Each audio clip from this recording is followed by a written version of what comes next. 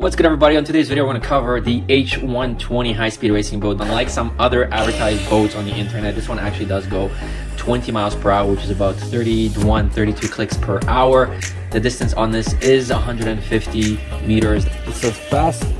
They do say it's for 14 plus. However, 5-year-olds can even use this as long as you're okay losing the boat. But before I get into the boat, I also wanted to show you this. We are kind of like on an RC series, so you guys may want to check out some of the other videos. So this is the 9300 RC all-wheel drive RC truck, and then this is the Holy Stone HS440 drone. And this is something that you can actually fly without a license, at least here in Canada, because it only weighs something like 183 grams. And it's a 1080p camera in here. It's got a gimbal, so you can go up and down with your phone. This is your joystick. It's super easy to control. This flips out, so you can attach the screen. It's got one button takeoff, which is right over here. And then very easy to initiate it. But anyways, today's video is about the boat. Whoa, now this remote control is absolutely bonkers. Tips for repairing the boat must be first in the water. It's true, a lot of people don't know that you have to put the boats in the water before it actually starts going. So this is plastic, so it's a little antenna behind here, obviously. Pretty large, makes you feel pretty important, honestly. A little LED screen here. So here is the battery, and you definitely want to charge your batteries before you go in the water. It takes 2 hours to charge your battery, and this one is not huge. It is 600 milliamp battery, 7.4 volts. You can get like up to 20 minutes playtime per batteries. And the great thing is that all of their batteries have a similar end. So you should be able to basically charge all of these with the other charging USB ports. So let's give it a go. So this is the truck. So let's take this one out. So this one comes out, and boom, we are good to charge. Now let's take a look at the boat. It is very stealthy looking. It's got a very sharp nose, very slim looking. There is a little bit of weight to it. So it weighs 323 grams. So we do have a dock here. By the way, every time you're done playing with your toy, you want to take the battery out.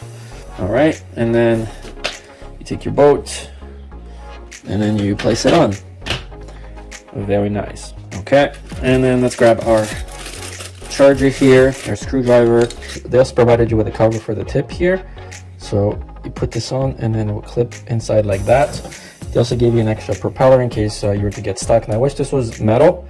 It's plastic, so if you do run into rocks or anything, kaput. So you are gonna have to swap this out right here. There's a nut you just take off, and of course they also gave you a replacement nut for that part as well. They did provide you with some lubricant, so you can lubricate the spindle when the drive shaft is not lubricated. And then here the direction on how to actually do this. You're gonna tilt this.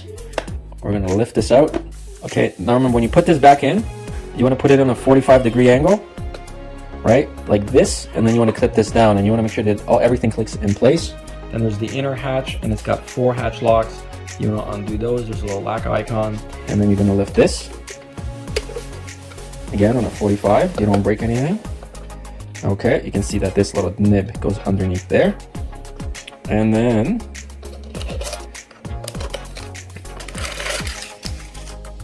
this piece of plastic can also come out. Seems pretty enclosed to me. The battery plugs into right here, and it sits in here. There's little clips here. This is the charger that came with the boat. So let's connect the second battery with this. We're going to charge it for 2 hours, and then we're going to test this out on the lake. And what I really like is that you can actually take out the boat's battery without using a screwdriver, and the only thing you really need to replace are these batteries, and then these would obviously last a lot longer. So I definitely recommend getting rechargeable batteries, and the one that I use is this one right here. This is a POW X universal charger. It charges absolutely every battery. We're talking like, when I say rechargeable battery, Energizer, Duracell, IKEA, POWX, Powerall, every one of those batteries actually recharges, and this also does 9 volt as well, which is pretty neat. So yeah, definitely get that so you don't burn through all your batteries.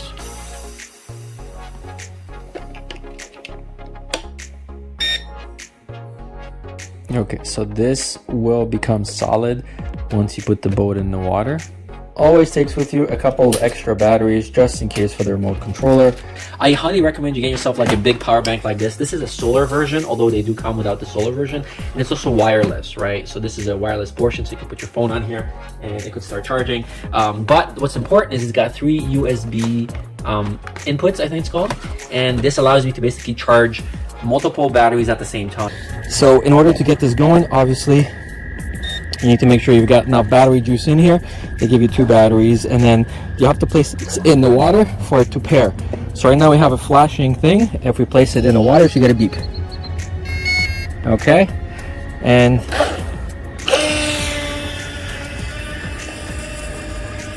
it goes far.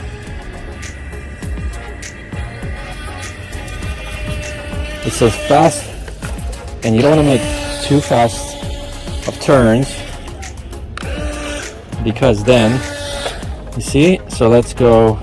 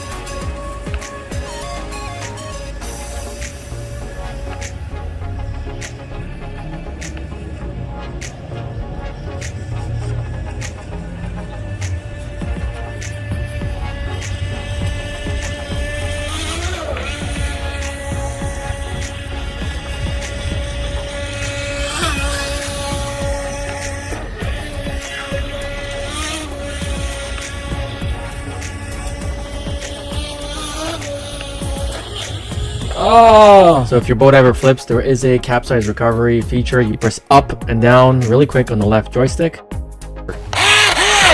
and then that's going to do a maneuver that flips the boat around. If you don't have that, you're going to have to use a fishing rod or paddle boat. Get it towards us. Okay, there we go.